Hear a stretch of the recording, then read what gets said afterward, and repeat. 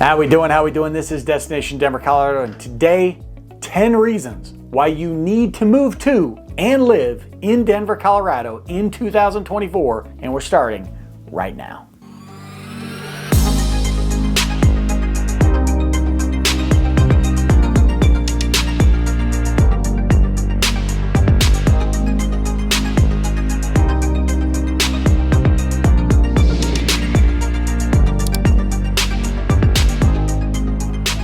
All right, this is Destination Denver, Colorado. I'm your host, Jimmy Everetson. Listen, if you're interested in learning all the ins and outs, pros and cons to moving to or living around Denver, Colorado, then this is the channel for you. So that subscribe button and notification icon you see on your screen, make sure you click on that as I'm dropping new videos for you each and every week. And as much as I try to be entertaining here on camera, I'm also a licensed mortgage broker covering the entire state of Colorado and team with some of Denver's most talented realtors. And we're helping people move here each and every day. So the number and email you see on your screen, know that I am always the person answering your phone calls, answer your texts, answer your emails, there when and if you need me.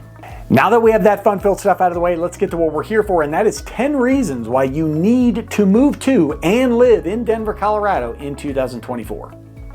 All right, so first thing, spoiler alert, there was no way I was going to keep this to 10 because I don't want to cover the same exact 10 that you've seen in every other video. So I've got a few more than that. Some of the ones at the end, and this isn't even a trick. You can speed forward to the end if you want, but some of the ones at the end are the ones that I was kind of the most proud of. So let's just race through these as best we can. All right, so starting with the most obvious, Colorado's beautiful. Now I know a lot of you are gonna watch this video and you're thinking Denver, and yeah, Denver has got its pros and cons, all that good stuff. Colorado as a whole, whether you're living in the Denver metro area or not, Colorado's pretty. The Rocky Mountains are amazing. The different seasons, the different shrubbery you see, the wildlife you see, it's a gorgeous place. And the thing that makes it really awesome, in my humble opinion, is the access we have to it and how quickly you can get there. So number one is beautiful scenery. And tied right into that is number two, and that is our outdoor recreation and the fact that it is year-round. There is always something to do. If you're in the summertime and you like getting up to hike or bike or camp or fish or hunt or all of those things, you have it. You don't necessarily have to get into the mountains for it. There's parks and trails and all sorts of things to do outdoors. If you're a winter person, you're getting up to some of the best ski resorts in the world, let alone just in the US, and you're getting up there to ski, you're getting up there to snowboard, you're snowshoeing, you're ice fishing if you're into that. So year round, there is something to do outdoors, and that recreation is just all around us.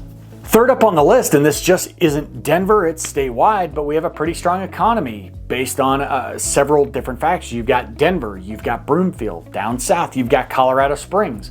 Up in the mountains, you have these towns like Vail and Aspen that are pretty self-sufficient. So strong economies throughout the state, a lot of different regions. Grand Junction on the western slope has grown in size as well. So the economy overall of Colorado in pretty strong position, certainly Denver leading the way there. Number four, we try to live a healthy lifestyle. And I think that that's part of the fact that you want to get outside here and you want to go and do things. And that's not to say that everybody is getting up to the mountains every single weekend and taking a hike every single time, but you do tend to see health take a priority here, especially in areas like a Boulder, in northwest of Denver. In that community, health is massive, and you see people constantly on their bikes, you see them constantly on hikes, constantly running, constantly doing things together. If you do a physical event up there, like a 5K, something like that, it's packed every single time. That's, again, not to say that every single person in Colorado takes their health seriously and doesn't eat too much ice cream. But for the most part, it's one of the healthier states that you are going to find. Number five is that it's got multiple vibrant cities going for it. Now, I will say Colorado is not the state that's filled with packed, big cities. You've really got Denver, and then you've got Colorado Springs. Those are the only two sizable, to some extent, cities we have. But you've got Denver, you've got Colorado Springs, you've got Boulder. You can get up into the mountains to a Breckenridge, a Vail, an Aspen. You can get over to the western slope to a Grand Junction. You can get to Telluride, which is one of the coolest places you'll ever check out. It's a heck of a drive from Denver, I'll admit that. But there's a lot of different locations in Colorado that really build that. And if you are near Denver, many of them are within an hour to 2 hour drive of the city of Denver. So there's a lot of vibrant areas to check out in Colorado. Number 6 on the list is cultural attractions. I think Colorado does a very good job of that. Denver, itself, you've got your museums, you've got your different art galleries, you've got your different festivities, things of that nature. But you see it throughout. You see a lot in Boulder. You see a lot in Colorado Springs. You see a lot in the mountain towns. You see a lot up in Red Rocks, not too far outside of Denver. So a lot of different things happening in different areas of Colorado that you can explore for that reason. Getting farther up, when I was mentioning great areas, I didn't mention Fort Collins. I don't know why. And there's a lot to love about going north of Denver, but Fort Collins is another area. So a lot of things going from that culture standpoint and from seeing a variety of styles and being exposed to different living situations. You could tell on that one, I'm just like searching for the words and they're not coming to me. Number 7, and some people are going to hate this, some people are going to love it, but we have a diverse climate. What do I mean by that? Well, we always talk about 300 days of sunshine. More realistic, it's like 245, 250 on average, but more often than not, you get some sunshine. But you get a variety of weather here. You get snow, you get rain, you get sunshine, you get all 4 seasons. And I know a lot of places talk about all 4 seasons, but Colorado really sees and enjoys all 4 seasons. You see these shifts and these changes. So you're not always hot or always cold or always wet. You get a variety of everything here in Colorado. Number 8, let's face it, we're a beer mecca. There's a lot of beer here. Now Denver's big in its craft beer scene, but Colorado as a whole, at least as the most recent opportunity I checked, was number 1 per capita for breweries. There are breweries everywhere. You go to any town, you go to every area, and we've got some of the best. Especially, I mentioned some of these other areas you're going to want to check out, but in Boulder and in Fort Collins especially, they have some amazing breweries there. So if you are a big brewery person, you could come to Colorado, and heck, you could spend half your time just touring breweries across the state.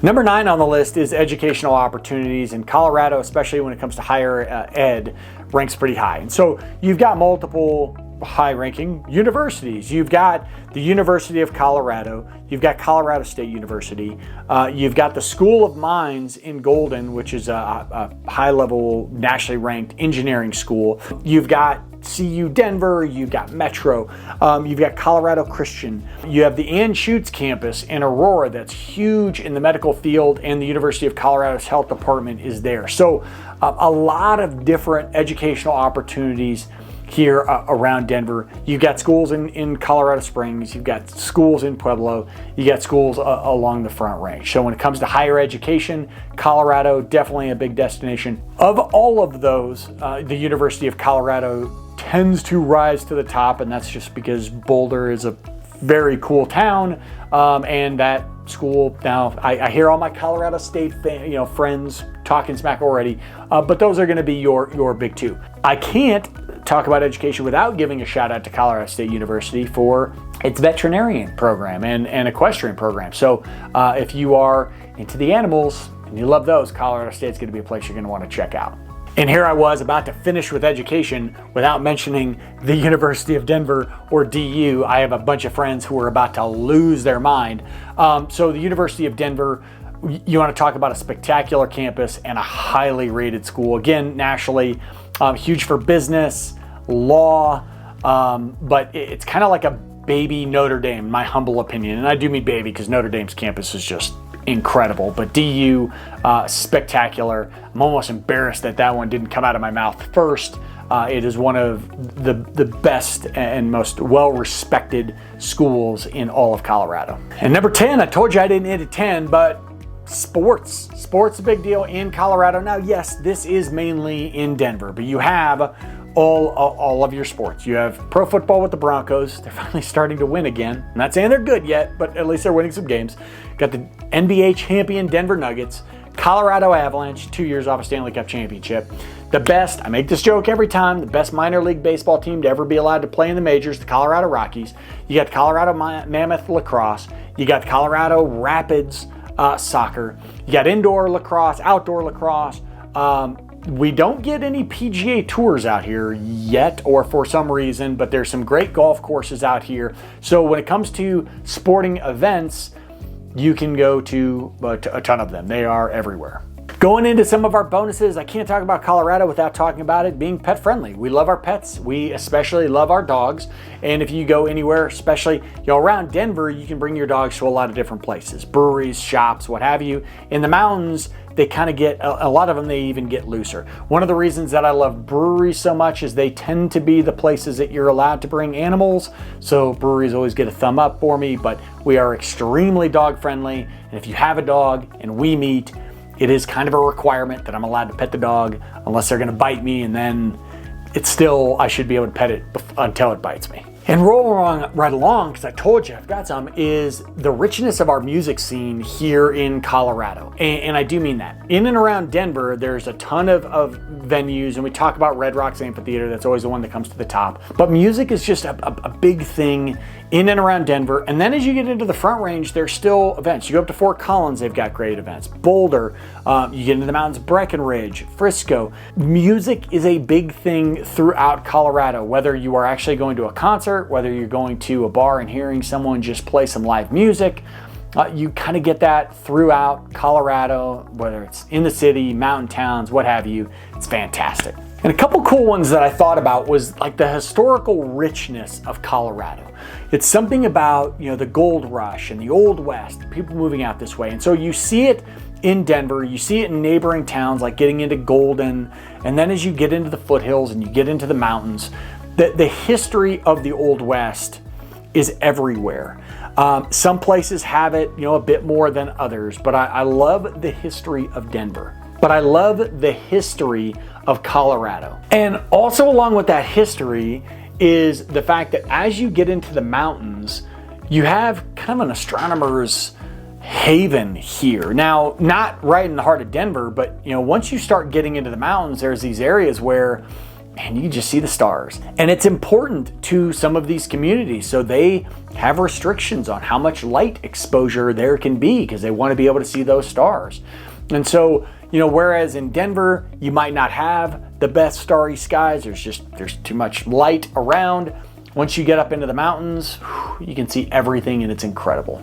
And the last few I would mention that are just kind of random, there's several hot springs in Colorado. A couple of the more popular, I always hear about the Strawberry Hot Springs up near Aspen, and then the Glenwood Hot Springs. Those are the most popular.